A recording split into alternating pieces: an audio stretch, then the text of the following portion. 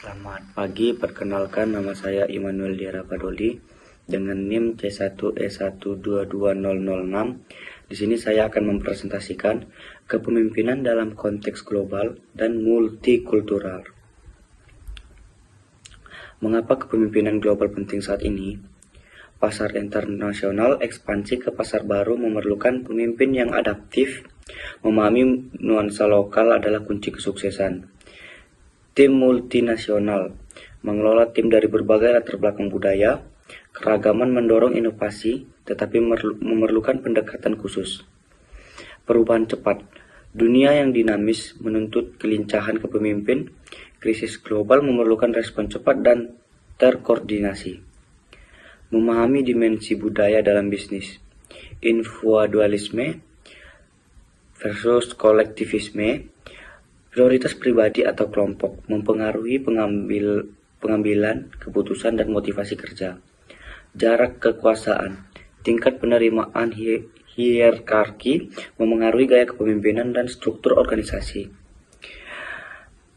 Penghindaran ketidakpastian, toleransi terhadap ambiguitas memengaruhi perencanaan dan manajemen risiko.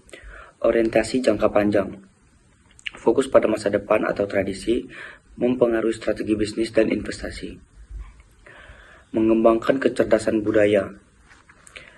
Ciki kognitif memahami perbedaan dan kesamaan budaya, pengetahuan tentang norma dan nilai. Ciki metakognitif, kesadaran dan kontrol atas pemikiran budaya sendiri, kemampuan refleksi dan adaptasi. Untuk ceki motivasinya, minat dan kepercayaan untuk berfungsi, efektivitas lintas budaya, dorongan untuk belajar dan berintegrasi. Ciki perilaku, kemampuan untuk menyesuaikan perilaku, fleksibilitas dalam tindakan dan komunikasi. Komunikasi efektif lintas budaya, hambatan komunikasi, perbedaan bahasa dan dialek. Isyarat nonverbal yang bervariasi, asumsi budaya yang tidak disadari, gaya komunikasi langsung dan tidak langsung. Strategi kunci, dengarkan secara aktif dan empatik, gunakan bahasa yang jelas dan sederhana, perhatikan konteks dan isyarat nonverbal, verifikasi pemahaman untuk menghindari miskomunikasi. Membangun kepercayaan dan kolaborasi tim global. Untuk yang pertama, visi bersama, satukan tujuan dan harapan.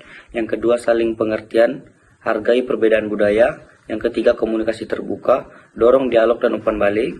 Yang keempat, empati, pahami perspektif anggota tim. Yang kelima, transparansi, jaga kejujuran dalam informasi. Studi kasus kepemimpinan multikultural yang berhasil. Studi kasus menunjukkan bagaimana perusahaan global berhasil menyatukan tim dari latar belakang yang berbeda. Mereka fokus pada pelatihan kepekaan budaya dan pengembangan pemimpin lokal.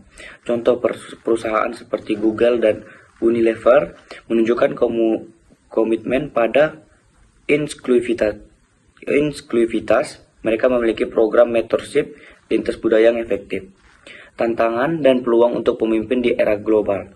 Tantangannya perbedaan zona waktu, regulasi global yang kompleks, potensi konflik budaya, retensi talenta lintas batas, peluang inovasi melalui keragaman, akses ke pasar baru, kumpulan talent global, dan reputasi perusahaan yang kuat.